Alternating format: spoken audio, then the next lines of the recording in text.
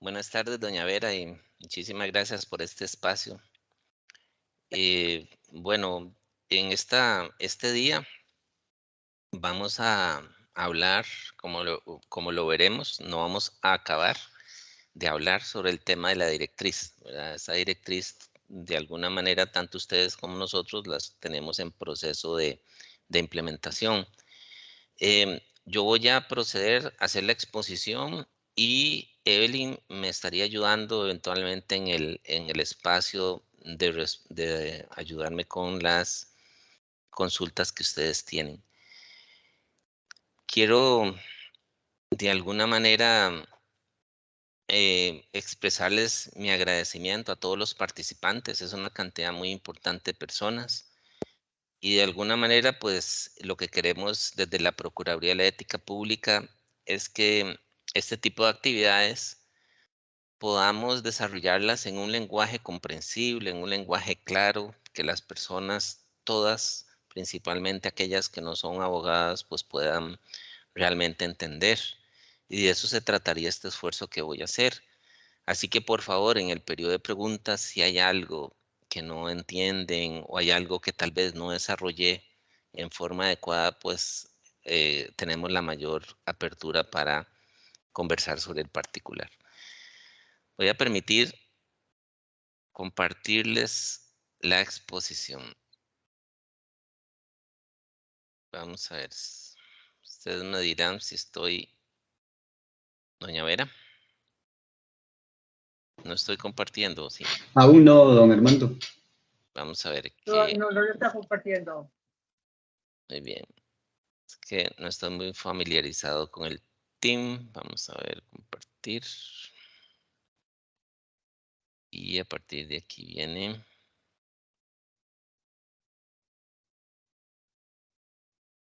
Vamos a ver. Ya casi, ya casi. Ok. Muy bien. Ahora sí.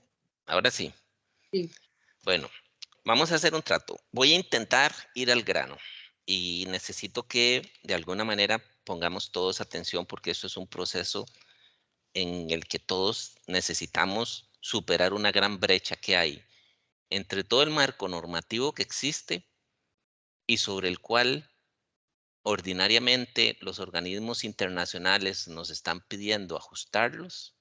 Tenemos ese marco normativo, queremos tener estándares a nivel internacional, pero tenemos una brecha muy amplia con respecto a cómo se gestiona y cómo poder materializar, implementar, ejecutar, desarrollar todos esos contenidos normativos en la gestión, en el día a día. Y eso es un poco lo que busca la directriz.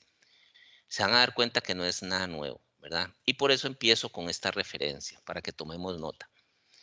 Hablemos de las acciones de prevenir y detectar la corrupción, que están en el artículo 1, incisos 1 y 2 del reglamento a la ley contra la corrupción. Y establece que las auditorías internas, la Procuraduría de la Ética Pública, la Contraloría General de la República, las empresas públicas y la administración, ¿verdad? Tenemos que implementar estrategias, acciones, proyectos, lineamientos, todo lo que ustedes quieran para prevenir y detectar la corrupción. Y pongo en grande el tema de la administración porque sin duda alguna es una parte importantísima, pero lamentablemente no todas las instituciones han hecho estos esfuerzos. Y evidentemente entre las instituciones están los departamentos legal, recursos humanos, las comisiones institucionales de ética y valores, están las contralorías de servicio y otros. Esto es un poco, y me van perdonando si voy utilizando tal vez comparaciones que no vienen al caso, es un poco la visión que tenemos con respecto al control interno, ¿verdad? Entonces creemos que el control interno son las auditorías y la contraloría, pero poco hacemos en la primera línea de defensa, que somos nosotros. Pasa igual con la corrupción, ¿verdad? Entonces vemos que como administración creemos que estos temas le corresponde al Ministerio Público, le corresponde a la Procuraduría Ética, la Contraloría, la Auditoría, pero la administración poco o nada ha hecho y hay excepciones. Y por otro lado, esas acciones también las realiza la Fiscalía. Eso ya proviene de las leyes propias, ¿verdad? Del marco normativo a nivel penal y de las competencias. Ahí tenemos el Ministerio Público y el organismo de investigación judicial cuando referimos a delitos que se ventilan en la jurisdicción penal. Pero lo que más llama la atención es que las acciones para sancionar, o sea, el ejercicio de una potestad administrativa dada por el ordenamiento jurídico para sancionar, obviamente recae en la administración, o sea, ostenta la potestad para disciplinar. Entonces, la Procuraduría de Ética, por más investigaciones que realicemos, lo más acabada que podemos hacer únicamente es eso, son investigaciones preliminares que tenemos que poner en conocimiento de la administración para que haga lo propio y eventualmente siga el procedimiento debido y, si es del caso y lo amerita, sancione o discipline. Pero también, como lo veremos, y es un poco lo que insiste la directriz, es que hoy tenemos que irnos quitando de la idea de que el tema de la corrupción es un tema estrictamente penal de delitos. Así inició con las convenciones anticorrupción, pero hoy ha dado un vuelco importante y estos temas tienen que ir mucho más allá y ahorita lo veremos. Por eso es que entonces es muy importante que la administración haga lo propio, al igual que la jurisdicción penal con respecto a los delitos. A partir de ahí creo que el país hace mucho. ¿Desde cuándo está este marco normativo? Desde el año 2005-2006 del reglamento contra la corrupción, pero lamentablemente en algunos casos, les repito, ha sido letra muerta. Surge entonces esta directriz, ¿verdad? La directriz que está publicada en la Gaceta 149 del 17 de agosto del 2023. Y dice expresamente que es una directriz general para la implementación de medidas inmediatas. O sea, que este es el inicio, esa es la fe, eso es lo que queremos, que sea el inicio de un esfuerzo, ¿verdad? Mucho más articulado. Por eso al inicio les decía que esto es un tema de crecimiento, de ajuste, de ponernos de acuerdo, todos los articuladores y todas las instituciones y personas que tenemos que ver con la integridad pública. ¿Qué es lo que busca? Fortalecer la integridad. Pero habrán medidas después que tenemos que desarrollar de corto, mediano y largo plazo. ¿Cuál es el fundamento de esta directriz? Les decía que no es nada nuevo. Suscribimos entonces en el año 1996 la Convención Interamericana contra la Corrupción. Ese slash significa que en el año 1997 la incorporamos al ordenamiento jurídico costarricense. O sea, constitución política, tenemos las convenciones, en este caso una convención contra la corrupción y más abajito en la jerarquía normativa las leyes, la ley contra la corrupción. Entonces ahí tenemos la Convención Interamericana del año 97 en nuestro ordenamiento jurídico. Y tenemos la Convención de las Naciones Unidas que se promulgó en el 2003 y que se incorporó al ordenamiento jurídico costarricense en el año 2006. Dos convenciones que desde hace muchísimos años establecen de alguna manera compromisos como país y hay dos compromisos fundamentales. Uno es el de emitir normas de conducta para el correcto, honorable y adecuado cumplimiento de las funciones y prevenir los conflictos de interés. Imagínense desde cuándo se está hablando de este tema. Y el segundo gran eje tiene que ver no solo con la parte normativa, sino de capacitación. Porque nos habla que tenemos que promover programas de formación y capacitación para los funcionarios que les permitan cumplir los requisitos de desempeño correcto, honorable y debido de sus funciones y les proporcione capacitación especializada y apropiada para que sean más conscientes de los riesgos de corrupción inherentes al desempeño de sus funciones. Aquí encontramos otra, ¿verdad?, referencia importante, riesgos de corrupción. Ahí es un poco la línea que trae la directriz. Normativo, capacitación, riesgos de corrupción. Por otro lado, derivado de estas convenciones y el esfuerzo que hace el país en la ley contra la corrupción, se promulga el deber de probidad, el artículo 3, el deber más importante en temas de, si se quiere, de integridad pública en nuestro país, porque obliga y orienta a toda persona servidora pública a satisfacer el interés público. ¿Dónde encontramos el interés público? Pues vayamos a las normas de creación de la institución en la que trabajamos o las normas sectoriales que regulan eventualmente si estamos aguas, empleo y demás. Ahí se indica claramente del para qué y por qué existe la institución, cuáles son los objetivos, fines, competencias, atribuciones. Cuando nosotros ingresamos por la forma que sea, porque fuimos electos, fuimos designados, fuimos contratados, fuimos nombrados, lo único que nos tiene que mover a nosotros es satisfacer el interés público. Por ende, cumplir con la misión que tiene la institución en la cual laboramos. De ahí la importancia del deber de probidad en esta visión. El otro elemento importante es la Ley General de Control Interno, donde nos habla de los deberes en el artículo 12 y el ambiente de control en el artículo 13. Y nos habla de jerarcas y titulares subordinados. Debemos de adoptar acciones para promover la integridad y el cumplimiento de los valores éticos en la función pública a nivel institucional. Y yo les pregunto, ¿desde cuándo están estas normas también? Desde hace muchísimos años, y estas son las brechas que tenemos actualmente. Y recientemente está la Ley Marco de Empleo Público. Y aquí hay dos normas muy importantes. Una que como Procuraduría de la Ética impulsamos, que es el principio de prevalencia del interés general para vincularlo con el deber de probidad. Y nos dice, comillas, la gestión del empleo público en todos sus componentes debe estar orientado a dotar a la administración pública de personas servidoras públicas idóneas, ya no solo en lo técnico, sino también en lo moral, objetivas, independientes, imparciales e íntegras, estrictamente sujetas al principio de legalidad como garantía para la satisfacción del interés general o público. Este principio, ¿verdad? Obviamente es un principio que está en el marco normativo de la ley, se aplica más allá de la rectoría que puede tener Mideplan, porque ustedes bien saben que la ley marco de empleo público establece ciertas normas, ciertos principios que van más allá de las autonomías o las rectorías propias. Esto abarca a todo persona que esté bajo, digamos, la tutela de la ley marco de empleo público.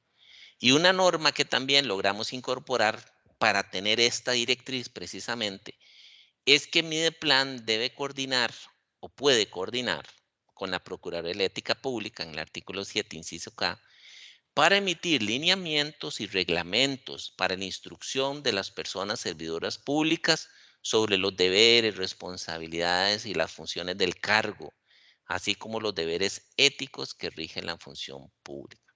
Les vuelvo a preguntar, esto no es ni más ni menos que los compromisos que asumimos a inicios de los años 2000 y de igual manera lo que está en la Ley contra la Corrupción y en la Ley General de Control Interno y otro, ¿verdad?, cantidad importante de compromisos y normativas de que existen.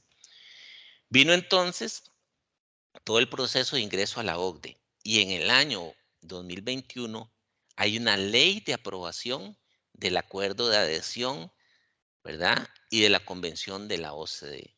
Por eso nosotros en la Procuraduría de la Ética decimos que tenemos las tres principales convenciones anticorrupción, la interamericana, la de Naciones Unidas y la de la OCDE que tiene que ver con cohecho. Pero además tenemos que, aunque no es estrictamente una convención anticorrupción, tenemos la convención de la OCDE. Ingresamos como país, forma parte de nuestro ordenamiento jurídico a partir del 2021 y por lo tanto estamos obligados a cumplir los estándares que establece la OCDE. Queríamos jugar en grande, tenemos que jugar en grande. Y la OCDE nos plantea, como ustedes bien lo saben, que la integridad pública es el posicionamiento consistente y la adhesión a valores éticos comunes. Ahí entonces empezamos a hablar de todo el desarrollo de la ética y la importancia de la gestión ética. Así como al conjunto de principios y normas, estamos hablando de derecho, destinadas a proteger, mantener y priorizar el interés público sobre los intereses privados. Y esto, ¿a qué nos huele? ¿A qué nos sabe? ¿Verdad? ¿A qué nos orienta? Precisamente al deber de probidad, ¿verdad? Como lo veremos de seguido. Entonces la OCDE en el 2017, a propósito de la integridad pública, emitió una recomendación. Y por cierto, pueden tener acceso a todos estos documentos al igual que el manual de la OCDE en el sitio web de la Procuraduría, www.pgr.go.cr. Ahora hago una referencia a eso. Y esto nos plantea, ¿verdad?, estos dos aspectos importantes para trabajar la integridad, la ética y el derecho, ¿verdad? El marco de referencia a valores, ¿verdad? Y el marco propiamente de normas, de principios jurídicos y de normas, ¿verdad? Esto es igual al deber de probidad, que obliga y orienta a la persona servidora pública para que en el ejercicio de las funciones satisfaga el interés público. Lo vinculamos con la Ley General de Control Interno, lo vinculamos porque queramos o no queramos, desde el momento en que ponemos, por decirlo en términos, digamos, coloquiales, ponemos un pie en la administración pública. A partir de eso, seamos o no abogados, tenemos que tener un conocimiento básico y necesario sobre legalidad, porque todo, absolutamente todo, se rige por el principio de legalidad. Tenemos que conocer qué son actos reglados, qué son los actos discrecionales y por qué es tan importante motivarlos, temas de debido proceso, derecho de petición y pronta respuesta, derecho de acceso a información pública, debida comunicación de las resoluciones, ¿verdad? Somos muy personas que profesionalmente muy competentes, desarrollamos mucho contenido cuando emitimos las resoluciones y tomamos decisiones, pero fallamos en comunicarlas porque no las notificamos adecuadamente y a partir de ahí nos pueden hasta sancionar, ¿verdad? Y otros temas de interés. Entonces, aquí el marco, el derecho, tenemos que ir, como les decía yo, cerrando brechas. No solo es hablar muy bonito del principio de legalidad, sino traerlo a una realidad. Y al igual que el deber de probidad. Y el otro elemento es la ética, sin duda alguna, aquellos juicios y reglas para orientar el comportamiento en sociedad. Es la autoridad interna que regula nuestros actos, juzga no solo nuestra conducta, nosotros mismos nos juzgamos, sino la de los demás. En algunos casos moral y ética es lo mismo y en otros casos no, pero bueno, ya don Rafael, doña Vera y demás nos pueden en eso orientar mucho más. Existe, como ustedes lo conocen, una ética que es aplicada a la función pública, al ejercicio, ¿verdad?, esa labor política y el ejercicio de la labor administrativa. Entonces es muy importante a partir de ahí establecer esos valores en la organización, ¿verdad? Esa cultura organizacional, esos códigos, ese liderazgo ético tan importante. La OCDE nos invita a que hagamos una vinculación, ¿verdad?, muy importante en este sentido. ¿Por qué razón? Porque la OCDE toma de referencia la integridad pública como una respuesta, dice la OCDE, estratégica y sostenible contra la corrupción. Ya no más ver la corrupción como un enfoque punitivo, como un enfoque reactivo, como un enfoque que se ciñe únicamente en delitos, en conductas que están tipificadas. Tenemos que ir a una cultura más proactiva que promueva la integridad en el ejercicio de la función pública, la ética y el derecho, pero de alguna manera no en términos de sanción, de represión y demás, sino proactivo, que nos permita prevenir, que nos permitan acciones afirmativas.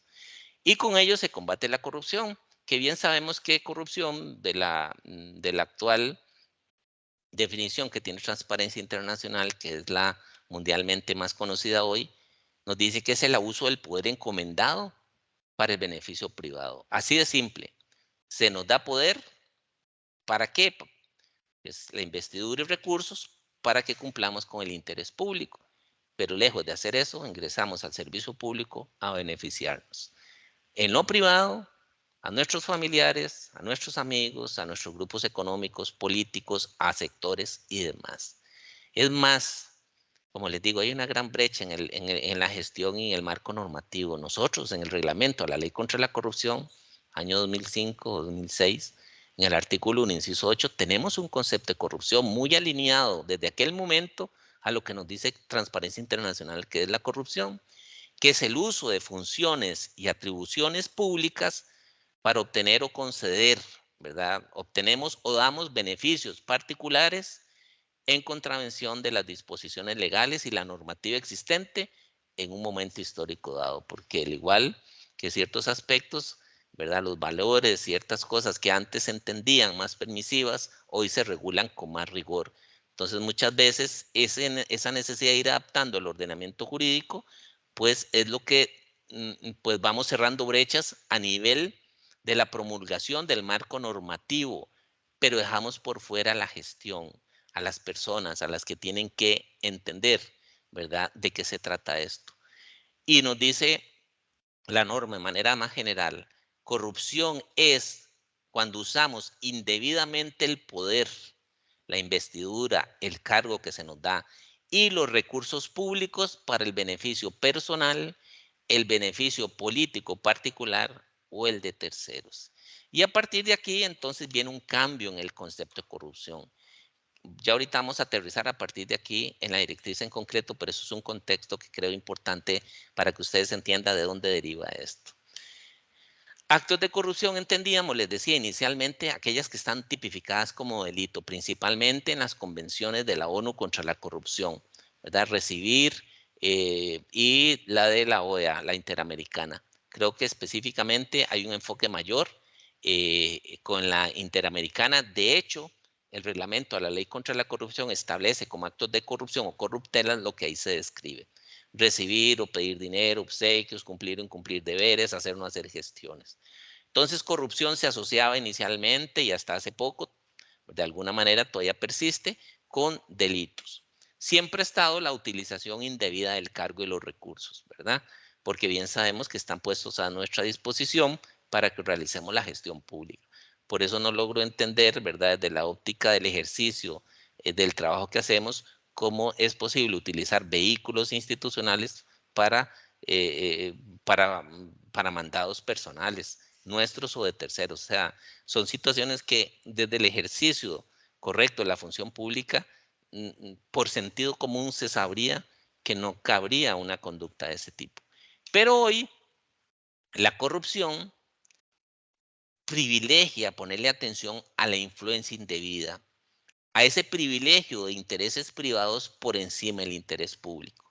Y aquí es donde viene todo el tema que ya de por sí, les decía, de conflictos de intereses que desde hace muchos años está. Entonces, hoy no basta con señalar, como muchas veces sucede en los medios de comunicación, ¿verdad? Algunos políticos o personas que están investigadas digan que revisen mis cuentas bancarias, yo no me he robado un 5, yo no tengo un incremento patrimonial. Hoy les digo, ¿verdad? Como ustedes lo saben, que basta con que yo le ayude a una persona a realizar una gestión, que basta con que yo llame o reciba una llamada y esté a favor de, piensen en lo mínimo, ¿verdad? De brincarme a un requisito, de meter los documentos dándole una prioridad indebida, ¿verdad? De no excusarme de conocer un asunto cuando tengo una causal de abstención. Cuando yo privilegio esos intereses, cuando viene un familiar directo a hacer una gestión, ¿por qué razón? Porque lo que busca, y es a veces perdemos el norte, todo este marco normativo es proteger el interés público, porque para eso se nombra a la persona, para eso se elige a la persona, para eso se le contrata, para que única y exclusivamente nuestro patrono, el Estado, la administración pública, la sociedad, nos diga, ustedes van a realizar la labor o el servicio público para precisamente satisfacer los fines o el interés público. Cuando no hacemos de esa manera y privilegiamos indebidamente, pues estamos en problemas. Con esto entonces vamos cerrando con el tema de la integridad. ¿Cómo se ve? Hoy la integridad entonces nos convoca al derecho, nos convoca a la ética, como les decía, pero también a los ciudadanos, al sector público, a la prensa, a la educación, ¿verdad? Y es muy importante hoy valorar y considerar los riesgos de corrupción que existen en nuestras instituciones, en nuestros trabajos, y aquellas normas e instrumentos administrativos, desarrollarlos para mitigar esos riesgos. ¿Por qué? Bueno, porque en materia de prevención, ya sabemos que aquí interviene, ¿verdad?, el marco normativo, nos permite detectar, de alguna manera también el derecho nos permite investigar, ¿verdad? Pero aquí vuelvo al planteamiento inicial.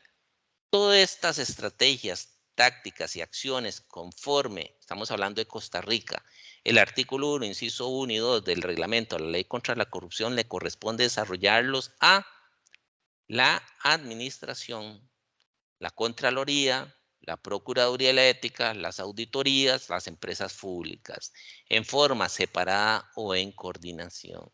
Entonces ya van viendo esto que les señalaba tanto y les reitero, entre lo que dice la norma y que quedó allá en el Olimpo, ¿verdad? Y realmente lo que se requiere, bajar estas cosas para que hagamos entre todos una labor, una acción efectiva de prevención de la corrupción y promoción de la integridad. Aquí viene todo el elemento principal después, visto eso, el tema de la responsabilidad. Hoy entonces se entiende que la responsabilidad, claramente, desde hace muchos años, la sala lo ha dicho, y todas las jurisdicciones son independientes. Una misma conducta puede ser perfectamente investigada y sancionada en distintas sedes o jurisdicciones. Entonces, por una falta que cometo en el ejercicio de la función pública, me pueden despedir, puedo ir a la cárcel eventualmente, puedo tener un resarcimiento civil. Y si esa misma conducta en el colegio profesional que estoy está dentro de del código de los deberes, el código deontológicos, perfectamente puede también el colegio profesional sancionarme por esa conducta.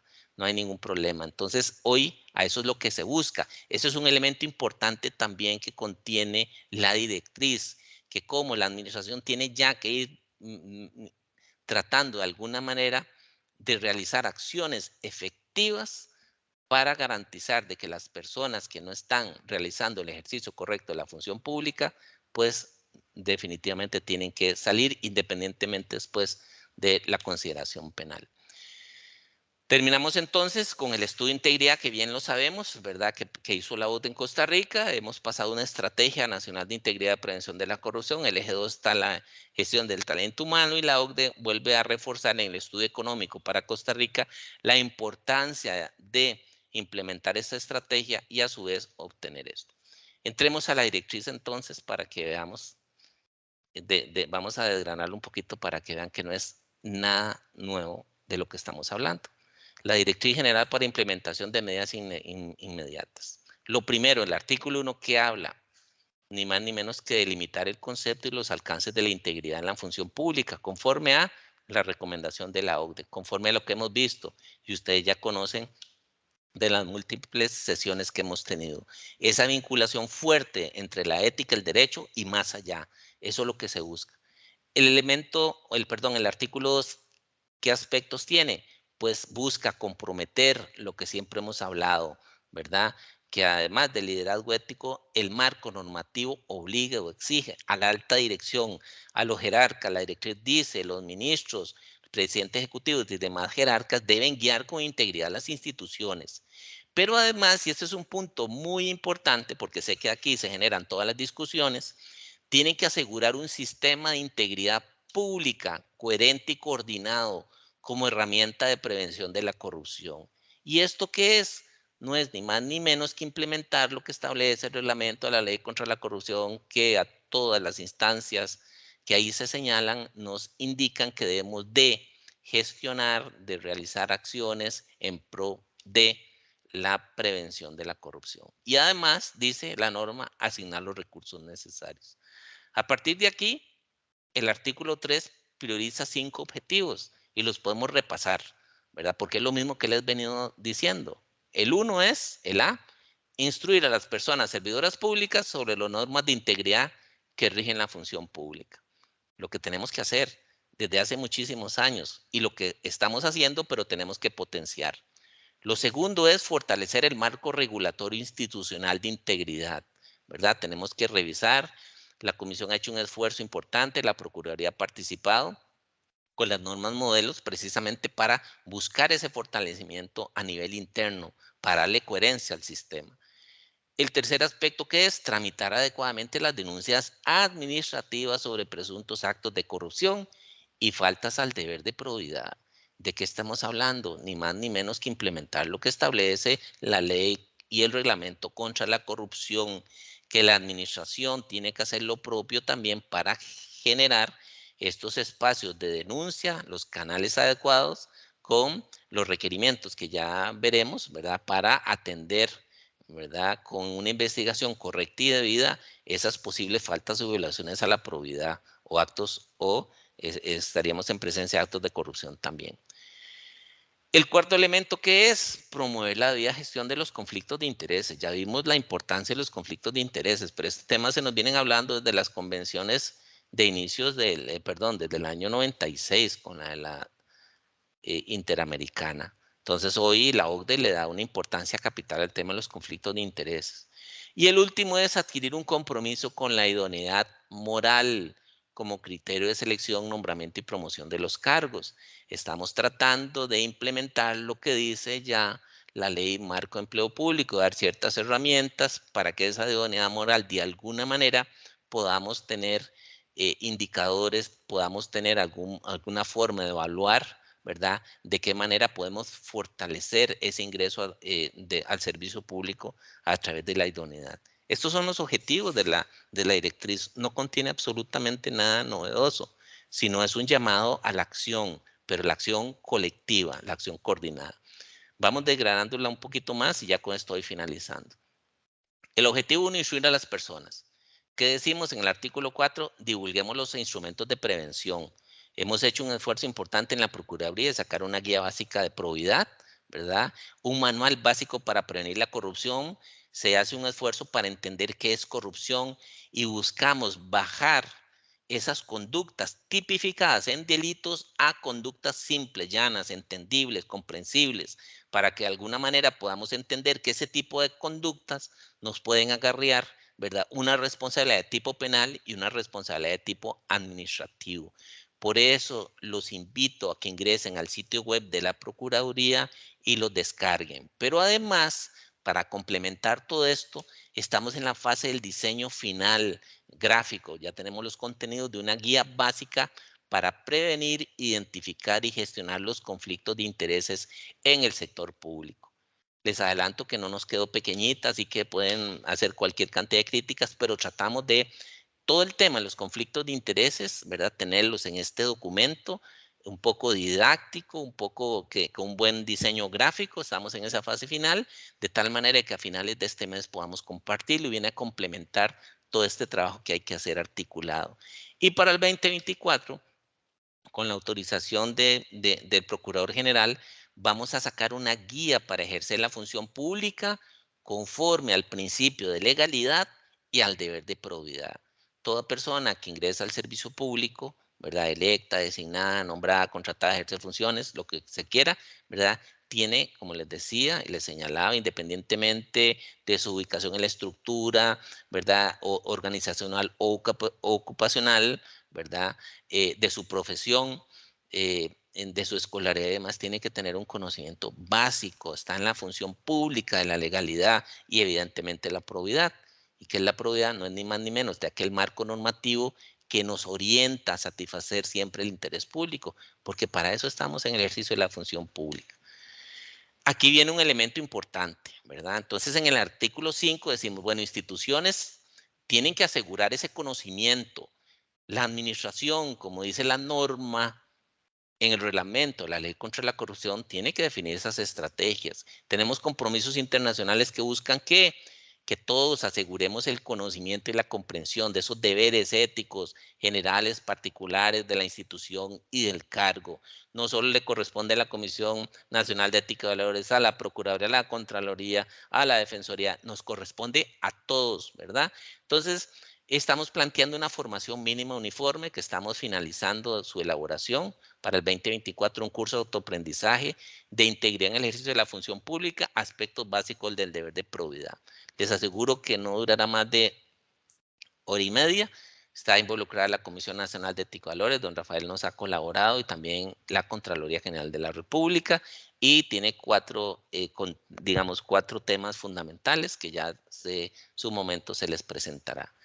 Este curso, la idea es que se incorpore al procedimiento de inducción de nuevo ingreso, ¿verdad? Y la idea también es que el personal debe recibir una formación básica sobre el marco normativo de integridad y los deberes éticos, ¿verdad? La ética aplicada a la función pública. Entonces, eso es un elemento que también tiene que promover la propia administración y con mucho gusto, como lo veremos, vamos a estar a disposición. La idea es que la PEP garantice uniformidad de contenidos, estructuras y requisitos para los códigos de ética y de conducta, así como los programas y actividades de capacitación. Pero, ¿qué es lo que estamos haciendo? De alguna manera tratando de establecer una suerte de centralización, pero siempre de manera coordinada. Esto no se ha hecho, sino de previo no he hablado, por ejemplo, con don Rafael, doña Vera, don Juan Carlos, para establecer esos lineamientos. Entonces, ¿por qué razón esto? Por un tema estratégico. Vamos a ver. Vamos a ver si me logro dar a entender. Si nos vamos a partir del Sistema Nacional de Ética y Valores, quizás el ámbito de competencia, si se quiere obligatorio, es mucho más limitado al ámbito de rectoría que puede tener Mideplan. Porque bien saben que Mideplan, la rectoría ahorita, no solo la conformaría los ministerios y demás, sino también algunas instituciones descentralizadas. Entonces, la idea es más bien que este impacto, que esta promoción de código de ética de alguna manera a través de esta directriz y en coordinación con la Procuraduría de Mideplan, pues pueda extenderse. Claro, y eso va de la mano, que ya en algún momento iremos a hablar de algunos proyectos que estamos haciendo de manera conjunta, la comisión con la Procuraduría de la Ética, ¿verdad? Entonces, esa es un poco la idea. Y definir alguna estructura de contenidos para poder validarlos, ¿verdad? Para poder decir, bueno, nos parece que esto va conforme a lo que establecen las convenciones anticorrupción, las recomendaciones de OCDE. Por eso es que de alguna manera quisiéramos como tener esta posibilidad, tampoco hacer un tema de rigor, algo que nos impacte mucho, pero poder generar, digamos, esos espacios para orientar bien esa capacitación. Y la formación continua, ¿verdad? Que deben de incluirse en los planes de capacitación. Recuerden que la directriz son solo medidas inmediatas, aunque la eliminemos, está el artículo 7, inciso K, de la Ley Marco de Empleo Público. Mideplan con Procuraduría de la Ética van a emitir lineamientos. Esta es una directriz de acciones inmediatas, pero vendrán otras futuras. Y además hay algo que no quiero que perdamos, sobre todo quienes estamos bajo el régimen de servicio civil. Esto siento y les repito que es una forma de ir implementando cosas, pasando a la acción. Por eso entendería que hay temor, ¿verdad? Pero a la vez es una forma de cómo vamos implementando algunas normas que existen. Vamos a ver. Los que estamos bajo el régimen de servicio civil sabemos hoy que existe un diccionario de competencias y hay una competencia transversal y la pongo entre comillas, integridad en el desempeño de la función pública, ¿verdad? Y eso además deriva de un instrumento normativo del año 2019 de servicio civil que designa, ¿verdad?, la creación de este diccionario de competencias como un instrumento auxiliar al Manual General de Clasificación de Clases, de aplicación en el sistema clasificatorio de puestos del régimen de servicio civil para las clases de puestos sujetos al título primero del Estatuto de Servicio Civil. Y después hay un anexo en el 2019. Entonces, no es ni más ni menos que una articulación, el tema integridad que estamos haciendo, Mideplan, la Procuraduría de la Ética para promover algo que ya de por sí existe y tenemos que llevar a la práctica. Por ahí entonces va este tema. El objetivo 2, fortalecer el marco regulatorio. Las instituciones deben contar con normativa interna que vincule los riesgos de corrupción. Recuerdan que las convenciones nos venían señalando, identifiquen riesgos de corrupción, ¿verdad? Y de alguna manera lo que estamos buscando es tener un marco normativo general muy importante, pero sobre todo que cada institución, cada organización identifique dónde están esos riesgos para establecer un marco regulatorio adecuado en algunos temas. Por eso es que se habla que el jerarca se le da un plazo de 12 meses. Si incumplen, deben justificarlo directamente ante el señor presidente y solicitar la ampliación de plazo ante la jerarca de Mideplan. La normativa interna, de acuerdo a los lineamientos, la línea que hoy a nivel internacional se está buscando, tiene que ver con revelación de intereses privados que comprometen la imparcialidad y objetividad. Recordemos, ya el tema de la corrupción va más allá de los delitos. Hoy estamos hablando de conflictos de intereses, de influencia indebida. Por eso es importante saber cuáles son esos intereses privados que pueden afectar la gestión, el interés público que debe yo garantizar. Aquellas actividades y relaciones privadas incompatibles. Si soy un proveedor, si soy una persona que se encargue de contratar, es bueno que me esté yo relacionando, ¿verdad?, precisamente con las empresas con quienes se contrata en la institución y a partir de ahí voy a ciertas actividades y demás. Los mecanismos para identificar el manejo adecuado de los conflictos de intereses. El deber de abstención, que ya de por sí es un deber legal, cómo desarrollarlo y potenciarlo mejor a lo interno para que se sepa con claridad y no perjudique la gestión. El uso correcto del cargo y de los recursos, definir unas normas internas sobre el particular. El régimen de recepción de donaciones y obsequios. Hay un marco general. No es necesaria la Procuraduría de la Ética. La ley contra la corrupción y el reglamento son tajantes en no recibir cuando se hacen en el ejercicio de la función pública. Pero entonces viene todo un tema. Cuándo sí, cuándo no, que son temas de cortesías, ¿no?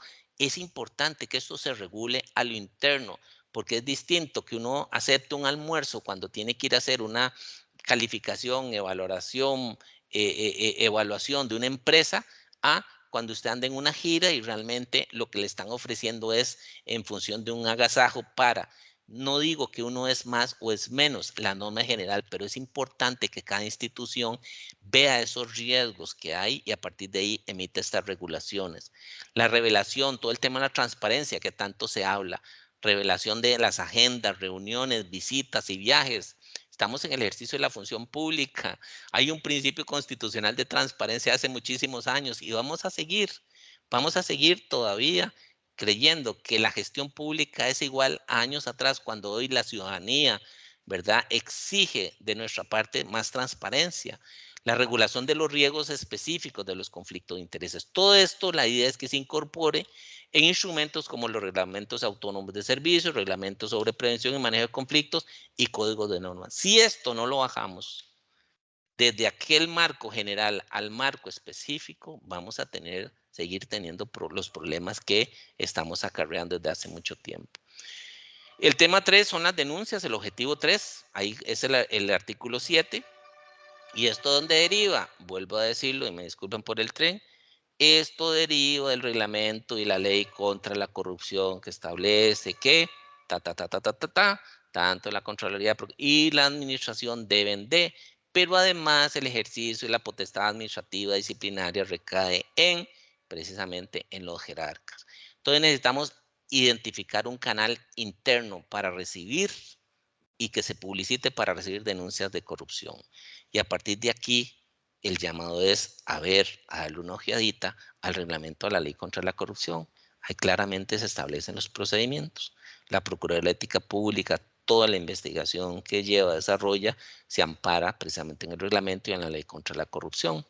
Se tiene que garantizar ese canal interno, ¿verdad? Tiene que ser cele, dirigente, transparente, que se conozca. La gestión debe estar a cargo de personal capacitado. Las denuncias se deben registrar asegurando identificación y seguimiento. Siempre, en todo momento, en todo lugar y durante todo el procedimiento, la confidencialidad de la persona denunciante es el punto fundamental en el combate a la corrupción y la denuncia. El nombre y cualquier otro dato que permite identificar a la persona que denuncia constituye información confidencial por mandato de ley y nunca se revela, salvo casos muy concretos sobre los que hemos hablado y que en todo caso en esas guías podemos orientarlos. Y tener evitar las represalias laborales. De hecho, como Procuraduría de Ética también, ahorita está en la corriente legislativa un proyecto de ley que hemos consensuado y que ahí está sobre el tema de cómo dentro de los fueros que están en el Código de Trabajo incorporar uno que tiene que ver con los denunciantes de actos de corrupción. Sin embargo, al interno se puede hacer mucho. Y algo fundamental, ya es suficiente estar pateando la pelota. Perdónenme que les hable de esta manera. Hoy se nos pide un mayor rigor en el tema del régimen administrativo disciplinario. Deriva el régimen de responsabilidad de los servidores públicos deriva del cumplimiento e incumplimiento de los deberes que tenemos, de las obligaciones que están identificadas en las leyes. Dejemos de lado un poquito el Código de Trabajo, por favor, falta grave, y veamos los deberes. El primer deber en preponderancia, en el tema integridad, el deber de probidad. A partir de ahí una serie de deberes que tenemos que cumplir. Y entonces ahí es donde viene el detalle. El régimen de responsabilidad administrativa, bien sabemos que no se aplica de manera idéntica o igual o similar a un caso que se ventila en la jurisdicción penal, porque la tipicidad es distinta. Aquí el operador jurídico en la responsabilidad administrativa tiene más posibilidades de, amparado en cierto marco normativo, interpretación y demás, de aplicar el régimen de sanción. Esto es lo que hoy se está pidiendo, porque esa es la gotita, que después nos lleva a situaciones más graves, ¿verdad? Y que a veces ni siquiera podemos subsumirlos dentro de una norma de tipo penal. Es muy importante el tema de la responsabilidad administrativa. Voy terminando ya. En el artículo 8 está El objetivo 4, adquirir un compromiso con la idoneidad moral, lo que hablábamos. Esto no es ni más ni menos de lo que establece la Ley Marco de Empleo Público, las oficinas de recursos humanos. Y es un poco algunos instrumentos que estamos dando, ¿verdad? Para acreditar, por ejemplo, la aprobación de ese curso. Este curso, la idea es que sea de autoaprendizaje, de autogestión, ¿verdad? Que sea muy práctico, ya hablaremos más adelante de eso. Y la idea es que, bueno, que sea una formación uniforme, mínima, base, para a partir de ahí empezar a generar mucho más actividades. Requerir declaraciones juradas sobre parentesco dentro del proceso de selección para el ingreso a la institución, a la información, ¿verdad? Es acelerar la protección de datos y llevar un registro de información de parentescos existentes en la institución. Estos dos aspectos hay que irlos desarrollando ya con instrumentos, mucho más coordinación con el propio servicio civil, pero esa es la orientación que tiene la directriz. Consultar el registro de personas, ¿verdad?, inelegibles, la sanción por inhabilitación. Eso ya de por sí es la plataforma integrada de empleo público, que ya lo prevé la Ley Marco de Empleo Público, no es nada nuevo.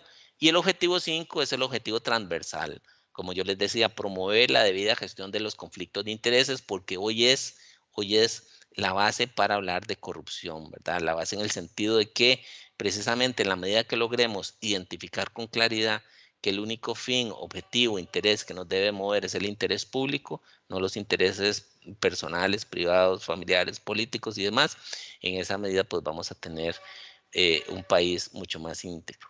Este es el objetivo transversal por su importancia en la prevención, detección, investigación y sanción de corrupción. Recordemos que los conflictos de interés son situaciones que involucran un conflicto entre las obligaciones públicas que tenemos y los intereses privados que nos pueden afectar y que se producen cuando estos últimos tienen la capacidad de influir impropiamente o de manera inadecuada en el desempeño de nuestras funciones y responsabilidades. Aquí hay una relación con el deber de probidad porque nos obliga y orienta siempre a satisfacer el interés público bajo el principio de objetividad e imparcialidad. Finalizamos con la información sobre las medidas de integridad. Todas las instituciones y la administración tienen que asumir estrategias, lineamientos, tácticas para prevenir, detectar y hasta sancionar, ¿verdad?, la corrupción.